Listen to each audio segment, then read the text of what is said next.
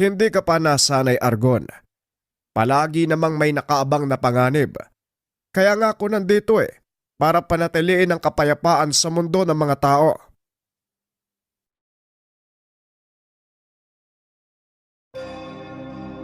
Nakatira si Mang Julian sa pinakadulong bahagi ng baryo. Napapaligiran ng makapal na kagubatan ang tirahan ng matanda. Wala nang nagpupunta dito dahil ito na ang hangganan ng baryo. Ito ang tungkulin ng matanda na minanapa ni Mang Julian sa kanyang mga ninuno. Kung titignan sa umaga, isa lang itong pangkaraniwang magsasaka. Kasakasama sa pagtatrabaho ang alagang kabayong si Argon. Madalas hindi pinapansin ang matanda sa kanilang baryo dahil hindi rin gaanong nakikisalamuha sa mga tao. Nagpupunta lang ito sa baryo sa tuwing bibili ng paboritong lambanog tuwing sasapit ang hapon. Habang payapang natutulog ang mga taga-baryo, buong gabing nagbabantay ang matanda sa kanyang atangan. Paminsan-minsan, may mga napapadaang nang iilaw ng isda sa ilog.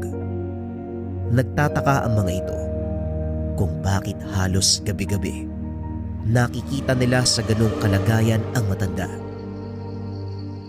Eto na naman ang mga ososero. Mukhang nagdududa na ang mga taga-baryo. Hayaan mo silang isipin ang gusto nila, Argon. Hanggat alam kong nasa maayos sa kalagayan ng baryo, wala akong pakialam sa sinasabi ng mga tao.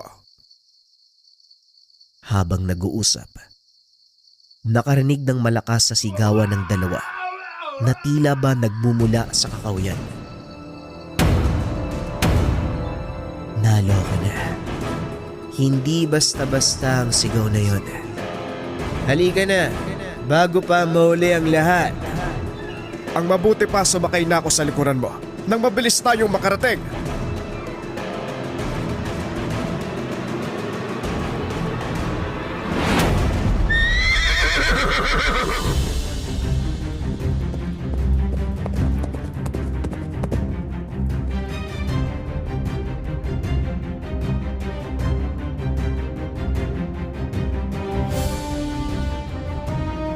Kaibigan, kaibigan, naririnig mo ba ako?